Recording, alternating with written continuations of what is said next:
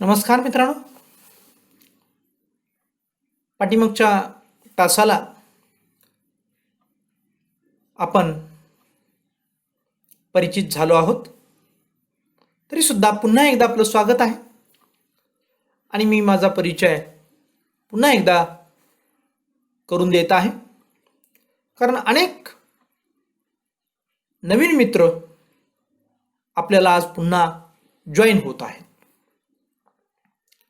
मी Shri UD Patil, सहाय्यक प्राध्यापक, भूगोल विभाग, कला वाणिज्य व विज्ञान महाविद्यालय पलूस. आपण BA भाग 1 सेमिस्टर 1 मधील सर्व विद्यार्थी विज्ञान, तंत्रज्ञान आणि प्रगती, सायन्स, टेक्नॉलॉजी अँड डेव्हलपमेंट, ज्याला आपण STD म्हणतात, तो विषय अभ्यासणार आहोत. आणि हा विषय आवश्यक म्हणजेच कंपल्सरी आहे आणि याचा पेपर नंबर आहे पेपर नंबर 1. या पेपर नंबर 1 मध्ये 4 टॉपिक आहेत. पैकी 2 topic ST Patil sir topic क्रमांक 1, टॉपिक क्रमांक 2 आपल्याला शिकवणार आहेत व टॉपिक क्रमांक 3 आणि टॉपिक क्रमांक 4 मी UD पाटील सर आपणाला शिकवणार आहे. त्यामधील 3 व 4 या 2 प्रकरणापैकी प्रकरण क्रमांक 4 जे आहे, ज्याला मॉड्यूल 4 असं आपण म्हणालो, ते आहे विज्ञान, तंत्रज्ञान व मानवी आरोग्य.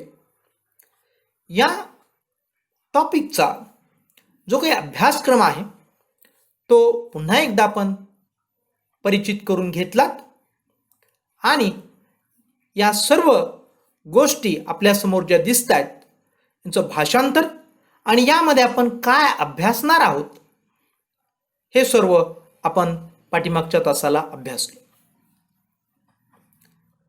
आणि प्रत्यक्ष आपल्याला या टॉपिकची सुरुवात करायची आहे.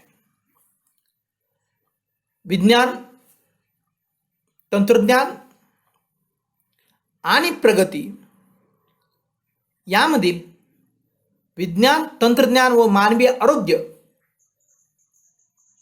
या चॅप्टरची सुरुवात किंवा या अभ्यासाची सुरुवात करताना मी असं गृहीत धरलेलं आहे, विज्ञान म्हणजे काय, तंत्रज्ञान म्हणजे काय हे आपल्याला समजलेलं आहे.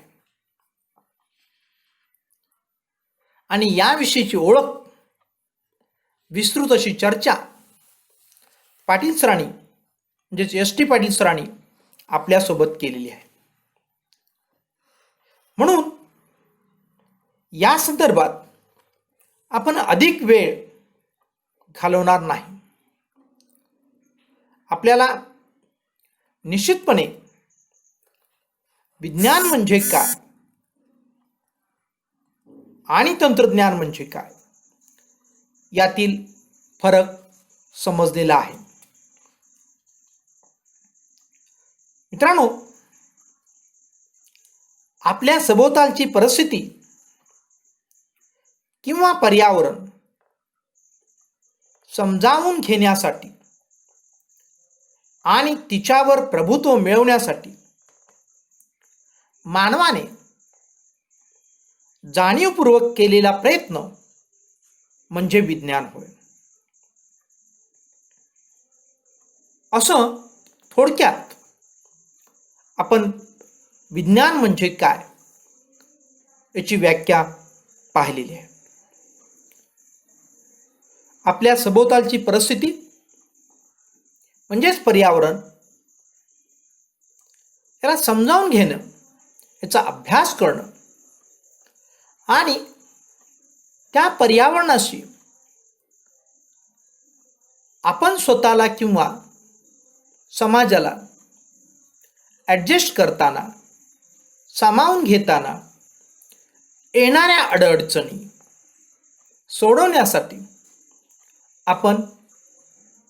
विज्ञानाची मदत घेतो किंवा आपण विज्ञानामार्फत प्रयत्न करतो. आणि या विज्ञानातून उदाहरणार्थ आपण एक उदाहरण पाहू, छोटंसं उदाहरण, की सध्या पावसाचे दिवस सुरू आहेत, नदीला पूर येतोय आणि पूर्वीच्या काळामध्ये नदी पात्रावरती पूल नव्हते. मग अशा या परिस्थितीमध्ये, अशा या पर्यावरणामध्ये आपण नदी कशी ओलांडणार, यासाठी मानवाच्या बुद्धीनुसार पूर्वीच्या काळी उपलब्ध असणाऱ्या साधनानुसार मानव तरप किंवा छोटी बोट याच्या साह्यानं नदी पात्र ओलांडून पलीकडे जात असे. ही तरप किंवा तराफा किंवा बोट हे सुद्धा एक विज्ञानाचाच भाग होता मित्रांनो. आणि विज्ञानाच्या आधारे, म्हणजे विज्ञान म्हणजे काय, की नेमके कोणत्या वस्तू पाण्यावरती तरंगतात या ज्ञानाच्या आधारे पुढं जे बनलं तराफा किंवा नौका, त्याला तंत्रज्ञान, किंवा एखादी वस्तू बनवली, नाव किंवा तराफा बनवला, त्याला म्हणायचं तंत्रज्ञान. आणि या बनवण्यासाठीचं लागणारं ज्ञान म्हणजे विज्ञान. असा विज्ञान आणि तंत्रज्ञानामध्ये आपल्याला भेद करता येईल. मग त्यानंतर मानवाची बुद्धी, आणि या बुद्धीतून जे काही अधिकचं ज्ञान प्रकट झालं त्यालाच आपण विज्ञान म्हणू. त्यातूनच या नदीवरती आपल्याला आज पूल उभा राहिलेले पाहावयास मिळतात. हा विज्ञानाचा भाग आहे. आणि त्या विज्ञानाला तंत्रज्ञानाची जोड, आणि मग पूल उभा करताना त्यासाठी लागणारे जे काही तांत्रिक गोष्टी आहेत, त्या तांत्रिक गोष्टी हा तंत्रज्ञानाचा भाग असतो आणि त्याच्या आधारे पूल तयार होतो. म्हणजे विज्ञान आणि तंत्रज्ञान याच्या साह्यानं आपण पर्यावरणावरती किंवा किंबहुना निसर्गावरती किंवा जे काही पात्र भरून, उदाहरण जे आपण पाहिलं, पात्र भरून जी काही नदी वाहते आहे किंवा तिला पूर आलेला आहे, या परिस्थितीत तिला ओलांडण्याची जी काही यंत्रणा उभी राहिली ती मित्रांनो विज्ञान आणि तंत्रज्ञानाच्या साह्यातूनच उभा राहील. अशा प्रकारे विज्ञान आणि तंत्रज्ञान म्हणजे काय हे आपण या ठिकाणी पाहण्याचा प्रयत्न करतो. आणि मग विज्ञानाची जशी आपण व्याख्या पाहिली तशी आपण तंत्रज्ञानाची व्याख्या आपण पाहू. मानवी जीवन सुखी करण्यासाठी विज्ञानातून निर्माण झालेल्या साधनांचे ज्ञान म्हणजे तंत्रज्ञान होय. पहा, मानवी जीवन सुखी करण्यासाठी विज्ञानातून निर्माण झालेल्या साधनांचे ज्ञान म्हणजे तंत्रज्ञान किंवा साधने या मुळात या वैज्ञानिक ज्ञानातूनच निर्माण होतात आणि त्या निर्मितीच्या प्रक्रियेला तंत्रज्ञान असं आपण म्हणू शकतो. जसं की मी आता नदी पात्राचं उदाहरण दिलं होतं. नदी पात्र भरून वाहत आहे, नदीला पूर आलेला आहे. अशा वेळेस मानवी ज्ञान म्हणजे काय, की पाण्यामध्ये कोणत्या गोष्टी पोहू शकतात, तरंगू शकतात, याचा आधार घेऊन मानवानं तराफा तयार केली. आणि मग तो तराफा तयार करताना कधी लाकडाचा आणि त्यावरती असणाऱ्या फळ्यांचा वापर केला असेल, तर कधी टायरचा, हवा भरलेल्या टायरचा किंवा त्याला आपण इनर म्हणतो, इनरचा वापर केला असेल आणि त्या इनरवरती फळी टाकली असेल, त्यातून तो तराफा तयार झाला असेल किंवा झाला. म्हणजे विज्ञान आणि तंत्रज्ञान. ज्ञान आणि त्या ज्ञानावरती आधारित एखादी वस्तू निर्माण करणं म्हणजे तंत्रज्ञान.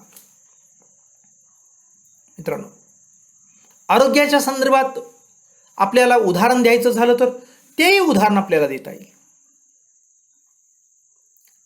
काय उदाहरण देता येईल? उदाहरणार्थ की मानवी जीवन किंवा मानवास किंवा सजीवास जीवन जगण्यासाठी प्राणवायूची आवश्यकता आहे. आणि तो प्राणवायू म्हणजेच ऑक्सिजनची आवश्यकता आहे. हे झालं ज्ञान. हे जे काही ज्ञान आहे ह्यालाच आपण विज्ञान असं म्हणू. आणि या विज्ञानातून तंत्रज्ञान म्हणजे जेव्हा आपलं आरोग्य बिघडेल, जेव्हा आपण नैसर्गिकरित्या व्यवस्थित श्वसन करू शकत नाही किंवा आपल्या श्वासोश्वास घेण्यामध्ये अडथळा निर्माण होतो, तो अडथळा आपल्या बिघडलेल्या आरोग्यामुळे निर्माण झालेला आहे. आणि याच्यावरती मात करण्यासाठी या विज्ञानाच्या ज्ञानातून किंवा या ज्ञानावर आधारित जी काही वस्तू तयार झाली त्याला तंत्रज्ञान. काय वस्तू तयार झाली मित्रांनो? व्हेंटिलेटर तुम्ही इंग्लिशमध्ये म्हणता. ऑक्सिजनचा पुरवठा करणारं यंत्र असं त्याला मराठी भाषेमध्ये आपण म्हणू. हे व्हेंटिलेटर म्हणजे तंत्रज्ञानाचा भाग आहे. अशा प्रकारे मी सुद्धा आपल्याला विज्ञान व तंत्रज्ञान म्हणजे काय आणि यातील फरक आपल्याला समजावून सांगितलेला आहे. आणि याचा उद्देश एकच आहे मित्रांनो, की हे आपल्या डोक्यामध्ये व्यवस्थितरित्या बसावं आणि आपल्याला विज्ञान, तंत्रज्ञान आणि प्रगती हा विषय सहज आकलन व्हावा, यासाठी यातील भेद आपण समजावून घेणं अत्यंत आवश्यक आहे. तो या ठिकाणी समजावून घेतला. आणि मग या आपल्या प्रकरणाशी संबंधित विज्ञान पाहिलं, तंत्रज्ञान पाहिलं व आता मानवी आरोग्य. मग मानवी आरोग्याकडं ओळण्यापूर्वी किंवा मानवी आरोग्याशी संबंधित असणाऱ्या गोष्टी आपल्याला टप्प्याटप्प्यानं पाहणं अत्यंत आवश्यक आहे. आणि मित्रांनो, त्यातील एक गोष्ट म्हणजेच आपल्या शरीराची आपल्याला ओळख असणं अत्यंत आवश्यक आहे.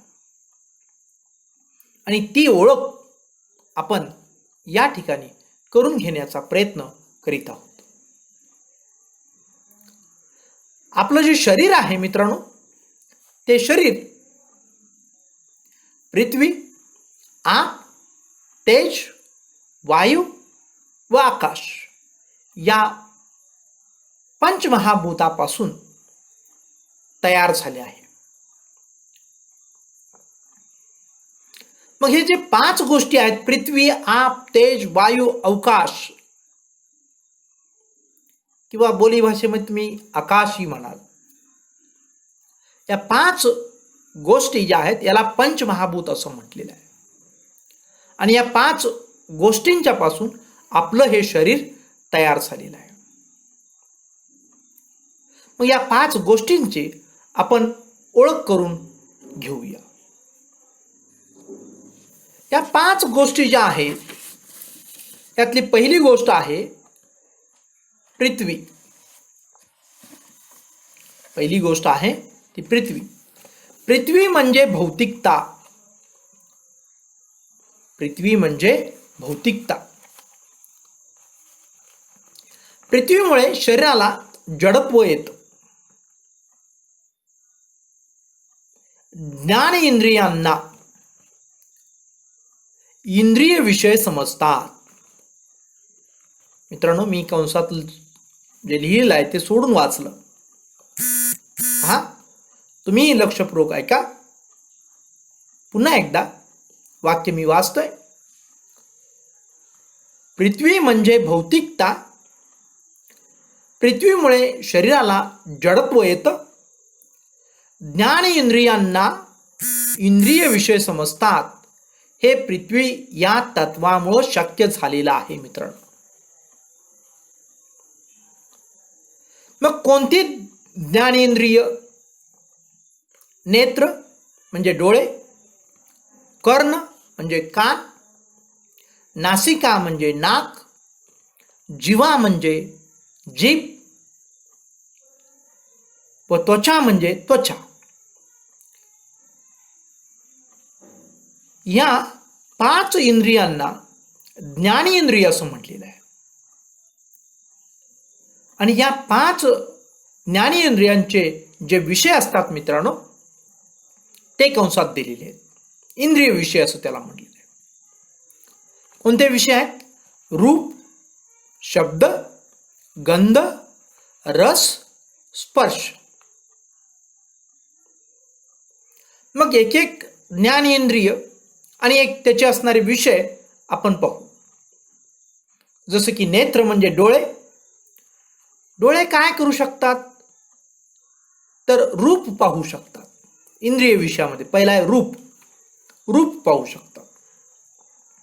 कोणाचं रूप? निसर्गाचं रूप. कोणाचं रूप? पर्यावरणाचं रूप. कोणाचं रूप? समाजातील विविध घटकांचं रूप. पर्यावरणातील विविध घटकांचं रूप आपले डोळे पाहू शकतात. किंबहुना आपण एकमेकांना पाहू शकतो, एकमेकांचं रूप पाहू शकतो.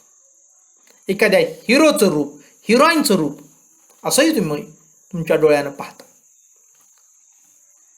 दुसरा आहे कर्ण म्हणजे कान. कानानं आपण ऐकतो.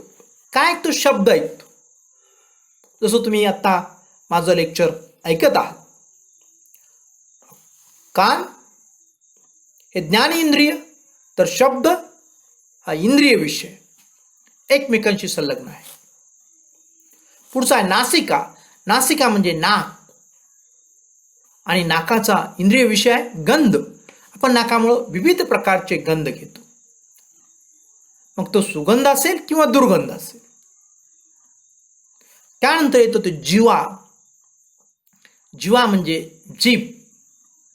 जिभेनं आपल्याला रस, विविध प्रकारची चव आपल्याला समजते. त्वचा. त्वचेनं आपल्याला स्पर्श करतो. मऊ मुलायम असणारा स्पर्श, ओबडधोबड असणारा स्पर्श, रांगडा असणारा स्पर्श आपल्याला समजतो. हे त्वचेमुळे समजतं. म्हणजेच या ठिकाणी पृथ्वी या तत्वामुळं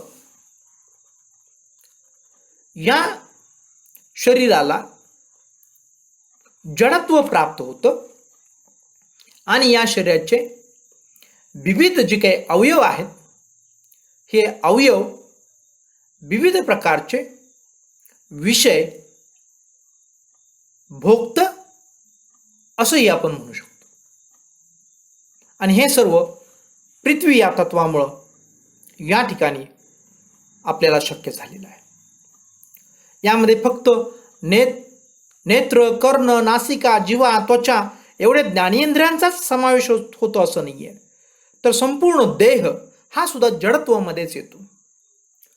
या देहामध्ये असणारं, किंवा या देह म्हणजे शरीर, या संपूर्ण शरीरामध्ये हे शरीर हे जडत्व आहे, जड आहे. आणि या शरीरामध्ये असणारं जी काही अस्थी आहेत, हाडं आहेत, मांस आहेत, हे सर्व पृथ्वी तत्वाचाच भाग आहे. आणि यानंतर येतं ते आप म्हणजे पाणी. मित्रांनो, आपल्या शरीरामध्ये 70% पाणी आहे. ते अनेक रक्ताच्या स्वरूपात असेल, पेशीद्रवाच्या स्वरूपात असेल, किंवा इतरही, किंवा जल स्वरूपातही असेल. आणि हे एकूण 70% मित्रांनो पाणी आहे. आणि हाही आपल्या शरीराचा एक भाग आहे, शरीराची एक अत्यंत गरज आहे. जे शरीर बनण्यासाठी जी काही पंचमहाभूत आहेत त्यातील एक महत्त्वपूर्ण अंग आहे. पाण्याशिवाय जीवन नाही. शरीराच्या अंतर्गत असणाऱ्या यंत्रणांना पाणी आवश्यक आहे. तसंच शरीराच्या बाह्य आरोग्यासाठी सुद्धा पाण्याची नितांत मित्रांनो गरज असते. याशिवाय अन्न शिजवणं, त्याचबरोबर घरगुती जी काही क्रियाकलाप आहेत, ज्याला आपण कुकिंग असं म्हणता, किंवा घरातील इतर साफसफाई, स्वच्छता, भांडी धुणं, कपडे धुणं, परिसर स्वच्छ करणं, किंवा इतर आपले उद्योगधंदे, या सर्व गोष्टींच्या मध्ये पाण्याची भूमिका जशी महत्त्वाची आहे तशीच आपल्या शरीरासाठी अंतर्गत आणि बाह्य दृष्टिकोनातून सुद्धा पाणी अत्यंत महत्त्वाचं आहे. आणि म्हणून मित्रांनो, पाणी एक जीवन असंही आपण या ठिकाणी म्हणू शकतो. आणि शरीरामध्ये मी तुम्हाला सांगितल्याप्रमाणे पाणी आपल्याला कोणत्या कोणत्या माध्यमातून, रक्त, पेशीद्रव, लाळ, मूत्र, त्याचबरोबर असणारं इतर विविध असे स्राव, ह्यामध्ये आपल्याला पाण्याचा रोल अत्यंत महत्त्वपूर्ण असलेला पाहायला मिळतो. यानंतर तिसरं जे काही पंचमहाभूत आहे ते म्हणजे तेज. तेज म्हणजे अग्नी. हा अग्नी म्हणजेच त्याला आपण सहज तुम्ही म्हणता की आम्हाला ताप आलाय. ताप म्हणजे तो अधिकचा अग्नी झाला, अधिकचं तापमान झालं शरीराचं. हा फक्त बॉडी टेम्परेचरच्या रूपात असतो असं नाही आहे. शरीराला एक विशिष्ट असं तापमानाची आवश्यकता असते. त्यापेक्षा अधिकचं तापमान शरीराला घातक ठरतं. हे तापमान म्हणजेच तेज, म्हणजेच अग्नी, ज्याला आपण नॉर्मल टेम्परेचर म्हणतो. तो नॉर्मल टेम्परेचर म्हणजेच सामान्य अग्नी किंवा सामान्य ताप किंवा सामान्य उष्णता असं आपण त्याला म्हणतो. की ह्या शरीराचं टेम्परेचर किंवा तापमान नियंत्रित ठेवणं किंवा नॉर्मल ठेवणं, यासाठी सुद्धा आपल्या शरीरामध्ये विशिष्ट प्रकारच्या यंत्रणा कार्यरत असतात. एवढंच तापमानाची भूमिका आहे असं नाहीये. आपल्या जठरामध्ये जो जठराग्नी आहे, जठराग्नी या शब्दामध्येच आहे की अग्नीचं अस्तित्व आपल्या जठरामध्ये आहे. ते पाचक रसाच्या रूपात आहे. असा हा अग्नी आपल्या शरीरामध्ये अत्यंत महत्त्वपूर्ण असणारा एक अविभाज्य अंग आहे असं आपण या ठिकाणी म्हणू शकतो. आणि मित्रांनो, यांच्यानंतरचं जे काही पंचमहाभूत येतं ते म्हणजे वायू. वायू म्हणजे प्राणवायू. अर्थात इतरही वायू आपल्या शरीरामध्ये मित्रांनो येतात. जेव्हा आपण श्वास घेतो आणि श्वास सोडतो, या दोन्ही प्रक्रियेमध्ये अनेक वायू शरीरामध्ये येतात आणि आपलं शरीर आवश्यक असणारा तो प्राणवायू, म्हणजे ज्याला आपण ऑक्सिजन म्हणतो, तो धारण करतो किंवा तो घेतो. किती सुंदर अशी निसर्गाची रचना आहे. जर तुम्ही ईश्वराला मानणारे असाल, आस्तिक असाल, तर असंही म्हणू शकता की त्या ईश्वराचं किती सुंदर असं नियोजन आहे की आपल्याला अनेक वायू शरीरामध्ये आलेले असताना सुद्धा त्या अनेक वायूपैकी एकच वायू, जो प्राणवायू ऑक्सिजन, फक्त काढून घेण्याची यंत्रणा आपल्या शरीरामध्ये बसवलेली आहे. अशा प्रकारे मित्रांनो, हा जो काही प्राणवायू आहे तो प्राणवायू शरीरामध्ये घेतला जातो. श्वसन प्रक्रियेतून तो येतो आणि त्या श्वसन प्रक्रियेतून आपल्याला प्राप्त झालेला हा जो काही ऑक्सिजन आहे तो नंतर रक्तामध्ये मिसळला जातो आणि तो शरीरातील नसानसापर्यंत तो पोचवला जातो आणि त्यातून आपलं शरीर जे आहे हे शरीर निरोगी राहण्यास अत्यंत महत्त्वपूर्ण अशी भूमिका बजावली जाते. आणि यानंतरचं जे काही तत्व आहे मित्रांनो ते आहे अवकाश. अवकाश म्हणजे पोकळी. आपल्या शरीरामध्ये जसं उदर म्हणजे पोटामध्ये पोकळी आहे. अन्ननलिका, त्या नलिकेच्या आतमध्ये पोकळी आहे. श्वास नलिका, त्या श्वास नलिकेच्या आतमध्ये पोकळी आहे. एखादी सेल, त्याला आपण पेशी म्हणतो, पेशीच्या आतमध्ये पोकळी आहे. किंवा रक्तवाहिनीच्या आतमध्ये पोकळी आहे. अशा अनेक शरीरामध्ये अनेक ठिकाणी पोकळी किंवा शरीराच्या अवयवामध्ये असणारी अनेक पोकळी, आणि ही अत्यंत आवश्यक असणारी पोकळी म्हणजे अवकाश.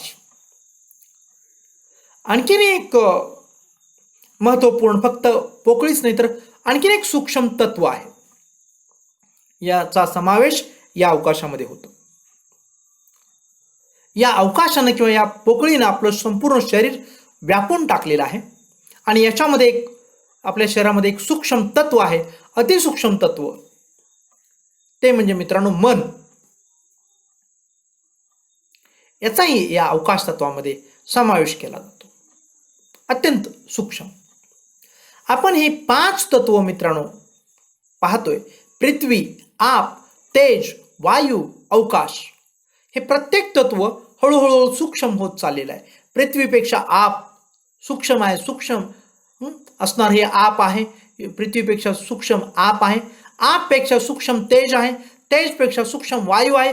वायूपेक्षा सूक्ष्म अवकाश आहे. लक्षात घ्या. अशा प्रकारे या 5 असणाऱ्या पंचमहाभूतापासून आपलं असणारं हे सजीव शरीर निर्माण झालेलं आहे. हे कसं निर्माण झालं, काय निर्माण झालं, याच्याविषयी अनेक मित्रांनो मतभेद आहेत. विज्ञानाला म्हणजे मानवी विज्ञानाला सुद्धा एक मित्रांनो मर्यादा आहे. जेव्हा तुम्ही अधिक असा अभ्यास सखोल कराल तेव्हा या गोष्टींची तुम्हाला उकल होत जाणार आहे. आणि ही उकल तुम्हाला करण्यासाठी मी निश्चितपणे तुम्हाला मार्गदर्शनही करणार आहे. यासाठी मी तुम्हाला 2 पुस्तकं मी सांगतोय. ती पुस्तकं अवश्य आपण वाचा. म्हणजे विज्ञानाला सुद्धा, मानवी विज्ञानाला आज सुद्धा 21व्या शतकामध्ये सुद्धा किती मर्यादा आहेत हे आपल्याला लक्षात येईल. आणि त्या पुस्तकाचं नाव आहे मित्रांनो अज्ञाताचे विज्ञान. डॉक्टर सुरेशचंद्र नाडकर्णी यांचं हे पुस्तक आहे, अज्ञाताचं विज्ञान. हे पुस्तक आपण अवश्य वाचा. आणि या पुस्तकातून आपल्याला अनेक प्रश्न ज्याचा मानवास उलगडा झाला नाहीये, त्याच्या मागचं विज्ञान समजलेलं नाहीये, हे तुमच्या लक्षात येईल. आणि म्हणून मी म्हणतोय की मानवाच्या विज्ञानाला सुद्धा मर्यादा आहेत. आणि हे मर्यादा आपण समजून घेणं, अभ्यासणं, यासाठी हे पुस्तक तुम्हाला उपयुक्त पडेल. आणि दुसरं पुस्तक आहे मित्रांनो पृथ्वीवर माणूस उपराच. या पुस्तकातून तुम्हाला या मानवाची जी काही या पृथ्वीवरती कसं तो निर्माण झाला किंवा याचं जे अस्तित्व खरंच या ठिकाणी मानव निर्माण झाला का दुसरीकडून आला, अशा अनेक गूढ अशा प्रश्नांची उत्तर देण्याचा प्रयत्न हे पुस्तक तुम्हाला करेल. पृथ्वीवर माणूस उपराच. याचं लेखक सुद्धा डॉक्टर सुरेशचंद्र नाडकर्णीच याचे लेखक आहेत. ही पुस्तक आपण अवश्य वाचा. यातून तुम्हाला आजच्या असणाऱ्या विज्ञानाला सुद्धा किती मर्यादा आहेत हे आपल्या लक्षात येईल. परंतु तरी सुद्धा मित्रांनो आजचं असणारं जे काही मानवी विज्ञान आहे हे निश्चितपणे आपलं असणारं वर्तमान जीवन सुखकर बनवण्यास अत्यंत उपयुक्त आहे. आपलं आरोग्य राखण्यासाठी सुद्धा अत्यंत महत्त्वाची मोलाची भूमिका बजावत आहे. तर या विज्ञानाच्या आधारेच आपण आपलं आरोग्य कसं राखायचं याचा अभ्यास करण्यास आपण सुरुवात केलेली आहे.